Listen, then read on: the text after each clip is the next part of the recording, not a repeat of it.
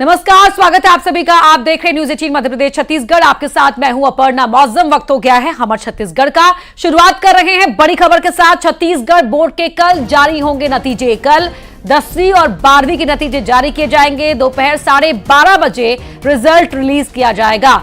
माध्यमिक शिक्षा मंडल के सभागृह में ये परिणाम जारी किए जाएंगे।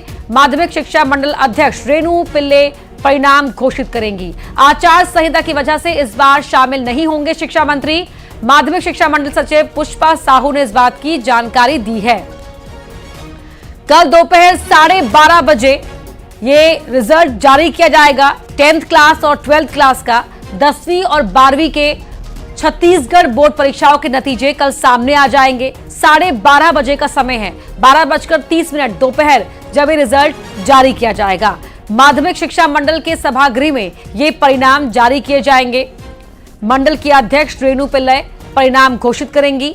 आचार संहिता लगी हुई है, इस वजह से इस बार कार्यक्रम में शिक्षा मंत्री शामिल नहीं रहेंगे। तनु वर्मा हमारी सहयोगी रायपुर से लाइव जुड़ रही है हमारे साथ। तनु, कल 12:30 बजे रिजल्ट सामने आ जाएगा। जी बिल्कुल, देखिए 10वीं 12वीं बोर्ड एग्जाम देने वाले परीक्षार्थियों का इंतजार जो है अब खत्म होने वाला है और उनके लिए एक बड़ी खुशखबरी है क्योंकि कल 10वीं 12वीं के रिजल्ट जो है वो जारी हो जाएंगे। करीब 12:30 बजे माध्यमिक शिक्षा मंडल के सभागृह में रिजल्ट जो है जारी होगा। इसके साथ ही रेणु पिल्ले जो है परिणाम को घोषित करेंगी। आचार संहिता लगा हुआ है जिसके चलते एजुकेशन मिनिस्टर जो है वो रिजल्ट घोषित नहीं कर पाएंगे क्योंकि इससे पहले हम लगातार देखते थे कि एजुकेशन मिनिस्टर ही जो है रिजल्ट घोषित करते, लेकिन आचार संहिता की वजह से इस बार कुछ बदलाव जो है वो किए गए हैं। इसके साथ ही पहले 7 मई को रिजल्ट जारी होने वाला था, लेकिन 7 मई को तीसरे चरण का मतदान था। ऐसे में कल माध्यमिक शिक्षा मंडल के द्वारा जो है वो रिजल्ट जारी किए जा रहे हैं। आपको बता दूं कि 2 मार्च से 10वीं और 12वीं के एग्जाम्स जो हैं वो शुरू हुए थे और 2.5 लाख से ज्यादा बच्चों ने फॉर्म जो है वो भरा था। इसके साथ ही अब उनका इंतजार भी खत्म हो रहा है और कल 10वीं 12वीं के रिजल्ट जो है जारी होंगे। माध्यमिक शिक्षा मंडल की ओर से इसको लेकर पूरी तैयारियां भी जो है वो कर ली गई। जी, बहुत शुक्रिया आपका तनु इस पूरी जानकारी के लिए। तो कल 10th और 12th क्लास के छत्तीसगढ़ बोर्ड के परिणाम सामने आ जाएंगे। छात्रों का इंतजार खत्म होगा। वहीं छत्तीसगढ़ में मुख्यमंत्री साय ने बीजेपी की जीत का दावा किया है। सीएम साय ने कहा कि राज्य के सभी 11 लोकसभा सीटें बीजेपी ही जीतेगी। सीएम ने कहा कांग्रेस के पास कोई मुद्दा नहीं है, चुनाव में कांग्रेस की और दुर्गति होने वाली है। ईवीएम पर दिग्विजय सिंह के बयान पर सीएम साय ने कहा कि जब हारते हैं तो ईवीएम पर ठीकरा फोड़ते हैं और जब जीतते हैं तो सवाल नहीं करते। जिस तरह से हमने पूरे प्रदेश का दौरा किया है तो हम पूरे विश्वास के साथ कह सकते हैं कि पूरी सीट छत्तीसगढ़ की 11 सीट भारतीय जनता पार्टी जीत रही है। सब जगह से फीडबैक लिए हैं। अब इन लोगों के पास कोई मुद्दा है नहीं तो ले दे के फिर उसी में घूम के आ जाते हैं। अब पूरे देश और छत्तीसगढ़ की जनता अब उनको नकार चुकी है। इस बार लोकसभा के चुनाव में इनकी और दुर्गति होने वाली है। जब हारते हैं तो ईवीएम पर ठीकरा फोड़ते हैं और जीतते हैं तो कोई सवाल नहीं उठता है। वहीं डिप्टी सीएम विजय शर्मा ने भी दावा किया है कि छत्तीसगढ़ में बीजेपी 11 की 11 सीटें जीतेगी। उन्होंने कहा कि जनता को मोदी जी की गारंटी पर भरोसा है। कांग्रेस प्रत्याशी विकास उपाध्याय के निर्वाचन अधिकारियों पर बीजेपी के पक्ष में वोटिंग करवाने के आरोप पर विजय शर्मा ने कहा कि ऐसी संस्थाओं पर आरोप लगाया ठीक नहीं किया। मैं आपसे ना एक बात जरूर कहना चाहता हूं। शहरी क्षेत्रों में विधानसभा में अभी आपको कम मतदान ऐसा दिखा होगा, परंतु इसके 2 कारण हो सकते हैं। पहला तो जो प्रथम मुझे ये समझ में आता है कि अभी हमारे मतदाता सूची के मदर रोल को फिर से बनाने की आवश्यकता है। मूल मतदाता सूची जिसको कहते हैं उसको फिर से बनाने की आवश्यकता है क्योंकि शहरी क्षेत्रों में बहुत सारे लोगों का आना, उसका मतदाता सूची में नाम जुड़ना और उनका वापस जाना हो जाता है। मतदाता सूची से नाम नहीं कटा होता है, इसलिए वो कुल मिलाकर मतदान कम दिखता है। परंतु जो कुछ छत्तीसगढ़ में हुआ है वह आशा के अनुरूप हुआ है। मोदी जी को वोट देने के लिए माताओं बहनों ने आगे आकर के मतदान किया है और छत्तीसगढ़ में 11 की 11 सीटें निसंदेह अब भाजपा जीतेगी। नहीं, आरोप लगा देना एक अलग बात है। भाजपा की तो 3 बार की सरकार थी, फिर इनकी सरकार आई थी, तब नहीं लगाया कोई आरोप। अभी 3 महीने में भाजपा की सरकार आने हैं तो आरोप लगाना शुरू कर दिया। तो अब लगाते भैया कि हमारे पक्ष में मतदान करा दिया इसलिए हमारी सरकार बन गई करके। जो तटस्थता है प्रशासन की उसको बने रहने देना चाहिए उसको। ऐसे पिछली बार भी यूपी में काबा ये चला था और भूपेश बघेल जी गए थे तो यूपी में 2 बार हुआ था। तो इस बार भी अगर वो यूपी जा रहे हैं तो ऐसा ही कुछ भाजपा के लिए शगुन होने वाला है। और मैं सोचता हूँ कि उनकी छवि के साथ जब वो जा रहे हैं तो शायद देखिए क्या होता है, परंतु जनता में तो कुछ नकारात्मक। छत्तीसगढ़ में तीसरे चरण के साथ ही लोकसभा चुनाव खत्म हो गया है। दुर्ग में भी प्रत्याशी की किस्मत का फैसला ईवीएम में कैद हो गया है। भिलाई के जुनवानी स्थित शंकराचार्य कॉलेज में स्ट्रांग रूम बनाया गया है, जहां पर ईवीएम रखी गई है। दुर्ग जिले में मतदान शांतिपूर्वक संपन्न होने के बाद अब ईवीएम में प्रत्याशियों के भाग्य कैद हो गए हैं और यहां पर भिलाई के शंकराचार्य कॉलेज में स्ट्रांग रूम बनाया गया है, जहां पर तमाम ईवीएम्स को रखा गया है। सुरक्षा आप देख सकते हैं कि किस तरह पर यहां पर सुरक्षा के इंतजाम किए गए हैं। यहां पर सैनिकों की ड्यूटी लगाई गई है और तमाम जो सुरक्षा की व्यवस्था है वो की गई है। सीसीटीवी कैमरे से नज़र रखी जा रही है और तमाम ऐसी व्यवस्थाएँ की जा रही है जिससे कि पूरी तरह से सुरक्षा रह सके। तो यहाँ पर ईवीएम्स यहाँ पर रखी गई है। दुर्ग जिले में करीब 9 विधानसभा क्षेत्र आते हैं। बेमेतरा को छोड़कर यहाँ पर 6 विधानसभाओं के ये स्ट्रांग रूम बनाया गया है और 4 तारीख को यहाँ पर 4 जून को मतगणना होगी, उसकी भी सारी तैयारियां की जा रही है। देर रात तक ये प्रक्रिया चली है। अलग अलग जगहों से जो ईवीएम्स आई उनको अलग अलग जगह पर रखा गया है। काफ़ी बारीकी से यहाँ पर नज़र रखी जा रही है। अब बस इंतज़ार किया जा रहा है उस वक्त का कि जब 4 जून की तिथि आएगी और मतगणना होगी। यदि मतदान की बात किया जाए तो दुर्ग जिले में इस बार करीब 2.5% अधिक मतदान हुआ है। इससे कहीं ना कहीं लोगों को उत्साह बढ़ा है, ये नज़र आ रहा है। और जो प्रशासन ने जो तैयारियाँ की थी वो भी तैयारियां जो है वो काफ़ी सफल होती हुई नजर आई है। न्यूज़ 18 छत्तीसगढ़ के लिए दुर्ग से मिथिलेश ठाकुर। छत्तीसगढ़ शराब घोटाले से जुड़ी बड़ी खबर आपको बता रहे हैं। शराब घोटाले में ईओडब्ल्यू का एक्शन हुआ है। शराब कारोबारी त्रिलोक सिंह ढिल्लों के ठिकाने पर छापा पड़ा है। शराब कारोबारी के ठिकाने पर सुबह से ही कार्रवाई की जा रही है। भिलाई के नेहरू नगर में है त्रिलोक सिंह ढिल्लों का घर और ये ईओडब्ल्यू का एक्शन यहां पर देखने को मिला है। मिथिलेश हमारे सहयोगी हमारे साथ फोन लाइन पर जुड़ गए हैं। मिथिलेश, छापेमारी को लेकर क्या जानकारी अब तक? देखिए, आज सुबह से ही ईओडब्ल्यू के अधिकारी जो है भिलाई की नेहरू नगर स्थित त्रिलोक सिंह ढिल्लों का जो निवास है वहां पर पहुंचे हुए हैं। वहां पर छानबीन की जा रही है। किस तरह से छानबीन की जा रही है, क्या है, ये बहुत स्पष्ट नहीं हो पाया, लेकिन अधिकारी अभी भी निवास के अंदर मौजूद है। ये पूरा मामला शराब कारोबार से जुड़ा हुआ है। शराब कारोबारी हैं त्रिलोक सिंह ढिल्लों, जिन्हें गिरफ्तार किया गया है और उसके बाद में उनसे पूछताछ भी की जा रही है और लगातार जो पूछताछ में तथ्य सामने आ रहे उसके आधार पर कार्रवाइयां भी की जा रही है। तो संभवतः उनसे जो पूछताछ हुई होगी उसी के आधार पर आज ये दबिश दी गई होगी। तो आज लगातार ये कार्रवाई जारी है। कोई अधिकृत बयान नहीं आया है, लेकिन ये पूरा मामला शराब कारोबार से जुड़ा हुआ है। जी, आप बने रहिए हमारे साथ। और त्रिलोक सिंह ढिल्लों के ठिकाने पर छापेमारी की कार्रवाई सुबह से ही चल रही है। मिथिलेश बता रहे थे हमें। अगली बड़ी खबर भी दुर्ग से ही है, जहां पर ठेके पर काम करने वाले मजदूर की मौत हो गई। काम के दौरान मजदूर की मौत हो गई। मजदूर की मौत के बाद उसके परिवार वाले भड़क गए। भिलाई में प्रोटेस्ट किया है। परिवार मुआवजा मांग रहा है। निर्माणाधीन पंप हाउस में एक दिन पहले मजदूर की मौत हो गई थी, जो ठेके पर काम करता था। मिथिलेश जुड़े हुए हैं। मिथिलेश, परिवार को अब तक कोई आश्वासन मिला है? देखिए, अभी प्रबंधन से चर्चा चल रही है और जहां तक परिवार की मांग है कि उनको उचित मुआवजा दिया जाए, जिस तरह से एक ठेका श्रमिकों को जो मुआवजा दिया जाता है वैसा ही ये मुआवजा दिया जाए, क्योंकि कार्य के दौरान ही उनकी मौत हुई थी। लेकिन जिस तरह से प्रबंधन इसके लिए आनाकानी कर रहा था, उनका ये कहना था कि उनकी जो ड्यूटी है वो SMS 2 भिलाई इस्पात संयंत्र में लगाई गई थी, वहां पर उनकी ड्यूटी थी, तो वो पंप हाउस में गए हुए थे। जबकि परिवार का ये कहना है कि उनके जो ठेका श्रमिक के अधीन जो काम कर रहे थे, ठेका श्रमिक ने ही ठेकेदार ने ही ठेका श्रमिक को वहां पर काम के लिए भेजा था और उसी दौरान घटना घटित हुई है।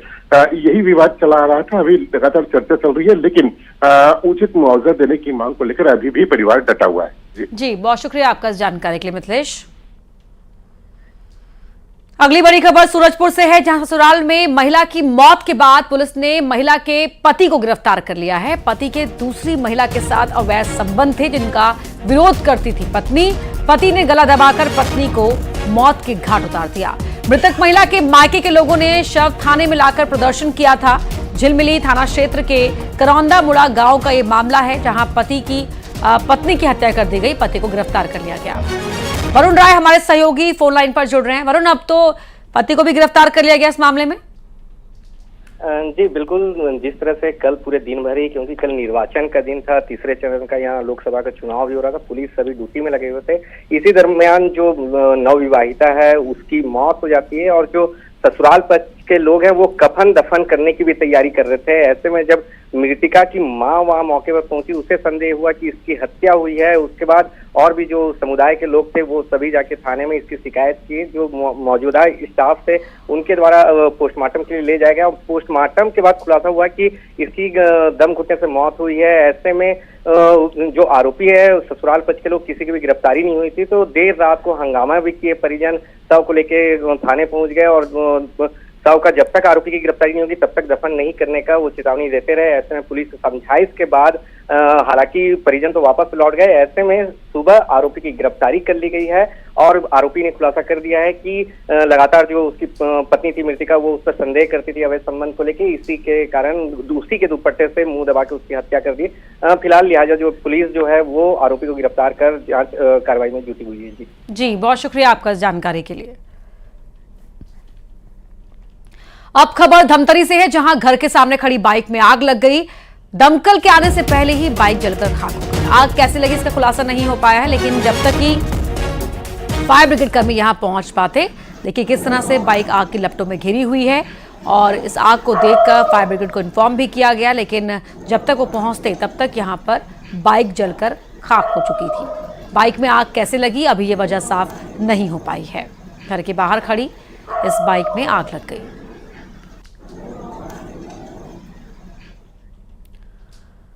अगली खबर नारायणपुर से है, जहां नक्सलियों की काराना करतूत देखने को मिली। नक्सलियों ने गांव वालों पर हमला कर दिया, सिर पर कुल्हाड़ी से वार किया। ग्रामीण को मृत समझकर नक्सली यहां से भाग गए। ग्रामीण पर पुलिस का मुखबिर होने का शक नक्सलियों को था। घायल शख्स को जवानों ने अस्पताल पहुंचाया, उसका वहां पर इलाज शुरू हो गया है। सिर पर नक्सलियों ने कुल्हाड़ी से वार किया था। नक्सलियों को शक था कि ये जो ग्रामीण है वो पुलिस के लिए मुखबिर का काम करता है। अगली खबर कोरबा से है, जहां तेज रफ्तार ट्रक ने सीएसईबी के कन्वेयर बेल्ट के खंभे को टक्कर मार दी। वेस्ट पावर प्लांट में कोयले की सप्लाई ठप हो गई। ट्रक ड्राइवर की लापरवाही से यह हादसा हुआ। कन्वेयर बेल्ट के खंभे की मरम्मत का अब काम किया जा रहा है। तो तेज रफ्तार में था ये ट्रक, ड्राइवर से संभला नहीं और उसने खंभे को टक्कर मार दी। सीएसईबी का ये कन्वेयर बेल्ट का खंभा था, उसे टक्कर मार दी गई। छत्तीसगढ़ में महादेव ऐप की चर्चा जोरों पर रहती है। कांकेर में भी इसी तर्ज पर betonly777.com ऐप पर ऑनलाइन सट्टे का कारोबार जोरों पर है। लोग इस ऐप के जरिए आईपीएल में जमकर सट्टा लगा रहे हैं। कुछ दिन पहले स्वास्थ्य ऐप के जरिए भी क्रिकेट मैच में सट्टा लगाया जा रहा था। अभी तक इस मामले को लेकर कोई कार्रवाई नहीं की गई है। ये एक ऐसा माध्यम है जो मोबाइल के माध्यम से व्यक्तियों के द्वारा संचालित किया जा रहा है। तो किसी व्यक्ति के मोबाइल को आइडेंटिफाई करना और उस पर पुख्ता उसमें पूरी जानकारी मिलना, ये थोड़ा कठिन काम है, और लेकिन फिर भी इसमें प्रयास लगातार जारी है और शीघ्र ही कोई ना कोई इसमें सफलता हमें जरूर मिलेगी। अंबिकापुर से खबर है, स्कूटी सवार 3 लोगों के एक्सीडेंट के मामले में एक आरोपी गिरफ्तार हुआ है। पुलिस ने एक कार को भी जब्त कर लिया है। हत्या करने के इरादे से कार से स्कूटी सवार लोगों को टक्कर मारी थी। आरोपी नवीन गुप्ता कार से कुचलकर स्कूटी वार की हत्या करना चाहता था। घटना का सीसीटीवी फुटेज भी सामने आया था। तेज रफ्तार कार चलाते हुए गुस्से में आरोपी ने स्कूटी को टक्कर मार दी। हादसे में स्कूटी चला रही महिला, उसकी सास और मासूम बेटा गंभीर रूप से घायल हो गए थे। कुछ दिन पहले आरोपी युवक के साथ उसकी सास का विवाद हुआ था।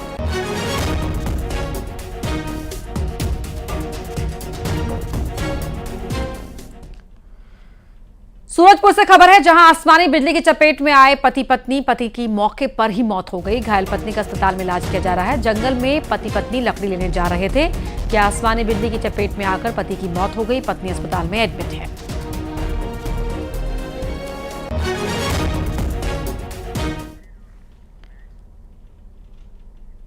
बलौदा बाजार से खबर है, पुलिसकर्मी पर दादागिरी करने का आरोप है। ढाबे में खाना खाने के बाद पैसे नहीं दिए, पैसे मांगने पर पुलिस वाले ने मारपीट कर दी। पलारी थाने के कथित पुलिस वाले पर मारपीट करने का आरोप लगा है। न्याय मांगने के लिए पुलिस अधीक्षक कार्यालय पहुंचा पीड़ित और पुलिस वाले पर दादागिरी करने का आरोप लगाया है।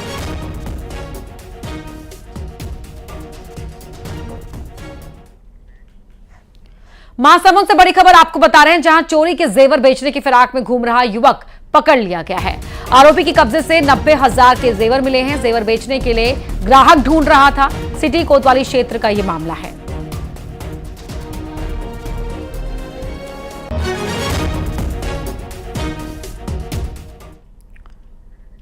बिलासपुर में ट्रेन यात्रियों की मुसीबत फिर बढ़ गई है। आज से 22 ट्रेनें रद्द कर दी गई। नागपुर रेल मंडल में होना है मेंटेनेंस का काम। बिलासपुर, रायपुर और नागपुर रेल मंडल की 22 ट्रेनों को रद्द किया गया है। इनमें 3 एक्सप्रेस ट्रेनें हैं और 19 दूसरी ट्रेनें हैं। तो यात्रियों के लिए परेशानी वाली खबर है। रायपुर और नागपुर से होकर चलने वाली लगभग 22 ट्रेनों को अलग अलग दिनों में एक बार फिर से रद्द कर दिया गया है, जिससे कहीं ना कहीं जो यात्री हैं उनकी मुसीबतें बढ़ी हुई है। आप देख सकते हैं कि यहाँ पर पूछताछ जो सहयोग केंद्र है वहाँ पर लगातार यात्री पहुँच रहे हैं और जानकारी लेने की कोशिश कर रहे हैं और ये जानने की कोशिश कर रहे हैं कि आखिर क्या कुछ वजह थी इन ट्रेनों को रद्द कर दिया गया है। हमारे साथ कुछ यात्री हैं, उनसे जानने की कोशिश करेंगे कि किस तरह की दिक्कतें आपको आती हैं मान लो ये ट्रेनें रद्द होती हैं तो। बहुत सारी दिक्कतें आती है हमको जो है, क्योंकि आदमी का सोच के निकलता है कि मेरे को वहाँ से ट्रेन चेंज करना है, वहाँ से उधर जाना है, और सडनली अगर मैं आया रेलवे स्टेशन पे मालूम पड़ा कि ट्रेन जो है आपने उसको पोस्टपोन कर दिया है ना, तो उसमें क्या कि बहुत सारी दिक्कतें का सामना करना पड़ता है। वैसे भी गर्मी का वेकेशन चल रहा है अभी जो है, बच्चों की छुट्टी छाटी आना जाना बहुत सारी चीज़ें जो है, तो इस कंडीशन में या तो रेलवे को ये चाहिए कि आप बिफोर जो है जब जिस तरह आप 120 दिन पहले आप टिकट बुक करते हो रिजर्वेशन के लिए, तो वैसे कुछ एक